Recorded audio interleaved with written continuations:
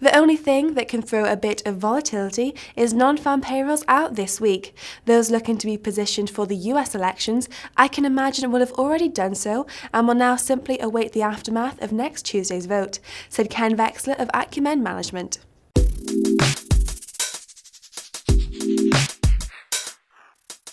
Starting off this week, German retail sales noted a second consecutive monthly decline. So Ken, bearing in mind that Germany is Europe's largest economy, what position has this put euro area economies in? Look, yes, obviously the statistics have tapered off a little bit in the last couple of months, but all in all it needs to be seen in relative terms, which are that as far as Germany is concerned, their retail sales numbers and general economic performance has been quite good over the span of the last 6 to 9 months. So obviously a slight decline, albeit for the second month in a row, is potentially of concern, but in the scheme of things, probably not as bad as some would have us believe.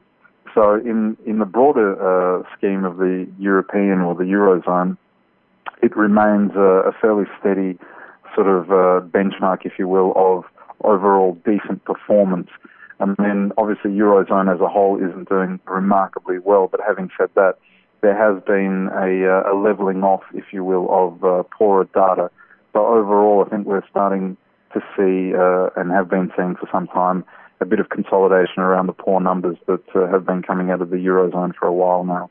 And Thursday brings a crucial batch of UK data and also a potential announcement of Mark Carney's future role within the Bank of England. Are you expecting these results to confirm a situation of higher inflation and declining growth, also known as stagflation? Right, well, as far as the inflation picture for the UK, I mean, the reality of it is that with a much, much weaker sterling and a much, much weaker currency that we've seen, obviously, since the Brexit referendum, this will in turn bring inflation into the UK. Obviously, the wrong type of inflation, not the inflation that the BOE has been looking for. But having said that, due to the nature of inventory turnover and various hedging structures put in place by retailers, I think the real knock-on or the real flow-on effect of that inflation as a result of higher prices due to a weaker currency will only really start to filter through probably in the next month or two, so not quite in the figures that we've seen to date, and certainly more so early next year, so sort of January, February.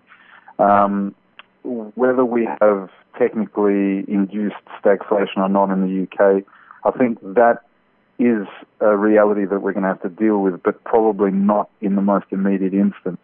Furthermore, as far as Mark Carney's future, look, the media has beat this up significantly over the last sort of 4 or 5 days, and while there is mounting pressure for Carney to make an announcement, I'd be loath to expect him to do so this week, let alone in coinciding with the quarterly inflation report. He mentioned last week that he'd be making that decision in and around Christmas and announcing shortly thereafter. So I still anticipate that will be the case as far as Carney's future with regard to his tenure at the Bank of England. And finally, Ken, this trading week is the final full week prior to the US elections. Investors are already predicting the Fed to stay put. So what movements are you expecting from the Federal Reserve this week? And can we expect some surprising dollar volatility out this week? Well, as far as the Fed's concerned, I think, as has been much telegraphed, they will remain sat on hands, meaning that I don't personally envisage a change to rates at this particular meeting. Focus remains firmly set on the December meeting, and that will obviously allow for the election that you mentioned and the election next week to have passed and the result to be seen. So with regard pricing and volatility for a Fed rate move this week, I think it should be relatively subdued, and anyone that chooses to be positioned accordingly has already done so. So all focus generally should probably be on the December meeting. As far as overall dollar volatility ahead of the election next week, we did see obviously some news come out late Friday night with regard Hillary Clinton's emails and the FBI reopening the investigation on that front.